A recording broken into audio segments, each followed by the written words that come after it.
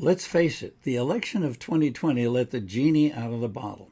More than 100 million Americans discovered it was much easier to vote by mail or vote early in person and avoid the crush of Election Day. Voter turnout went through the roof, set a record.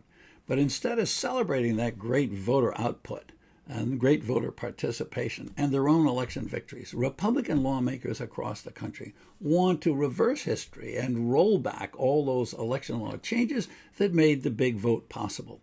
In 33 states, including battleground states like Arizona, Georgia, Pennsylvania, Michigan, Wisconsin, Republican lawmakers have spawned 165 bills to make voting tougher and harder to achieve. They will either abolish or curtail absentee mail voting. They will put stiffer requirements on voter photo ID. They will eliminate automatic voter registration when you renew your driver's license, and they will cut down the number of early days of voting. What we have here is a partisan backlash against the enormous change in American voting habits in 2020. It's happening even in states where Republican officials proclaim the integrity of the vote of 2020. You've got lawmakers that have fallen back into that old party line of vote fraud and the need for restrictive measures to ensure the integrity of the vote.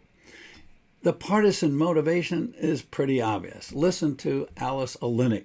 She's the Republican board chair of the election board in Gwinnett County, Georgia, a pivotal suburb just outside Atlanta. Says Olenek, they don't have to change all the laws, but they've got to change the major parts of them so that we at least have a shot at winning. What happened was that so many states, in order to deal with the coronavirus, relaxed or changed their voting laws to make voting safer and more accessible in 2020, that there was a mushrooming of mail voting and early voting. In all, there were roughly 2/3 of the electorate use those methods. There were 101,453,111 voters in all who either voted by mail or voted early.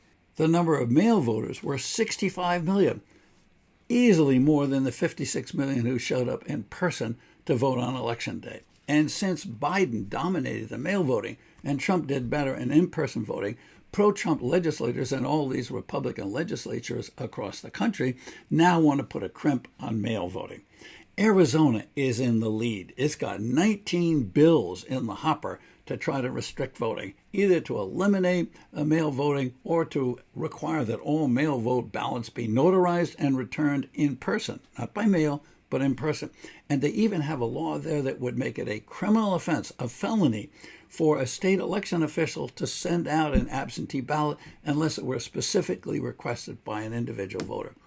In Pennsylvania, where the legislature voted in bipartisan majority to establish no excuse absentee voting for 2020, now the Republican legislature wants to roll back no excuse absentee voting entirely. In Georgia, Republican officials are in a bit of a bind. Why? Because the Republican Secretary of State who administers the elections, Brad Raffensperger, has said the integrity of the vote in 2020 was absolute. He holds it up as a model for the country. Automatic voter registration, 16 days of early voting, no excuse absentee balloting. So he said it was ideal, what the nation should do. But that's not how the legislature sees it. The Georgia Senate has become a hotbed of proposals to impose all kinds of restrictions on absentee voting and much more. There's not much doubt in the eyes of election voting experts who is being targeted by these Republican measures. They want to hit into demographic groups that lean Democratic. Students and younger people, people of color, communities of color, disabled people, people of low income, older people who no longer drive. But some of the experts say Republicans are taking a chance with some of these things. There's a chance it could boomerang. They might not only disenfranchise some Democratic-leaning constituents, but they might also harm the turnout among voters who lean Republican, rural voters, senior voters, blue-collar voters.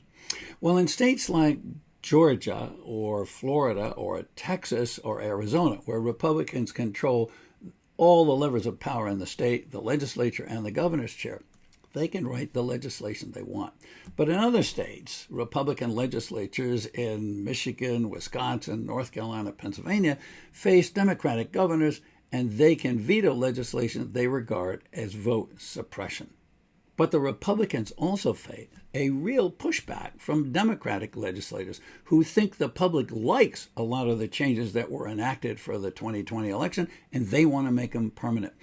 Again, in more than 30 states, there are Democratic proposals to make mail voting available for all voters in all elections, to make automatic motor voter registration and registration on Election Day more pervasive across the country, and to expand the number of days of early voting. The question is, what do you think about it? This is a chance for you to weigh in. Which of these two trends do you favor, these opposing trends? Do you want tighter voting regulations, tighter voting laws, or do you want measures that make voting easier, more convenient, and more accessible? This is the time for you to let your state legislators know what you think. That's how democracy is supposed to work.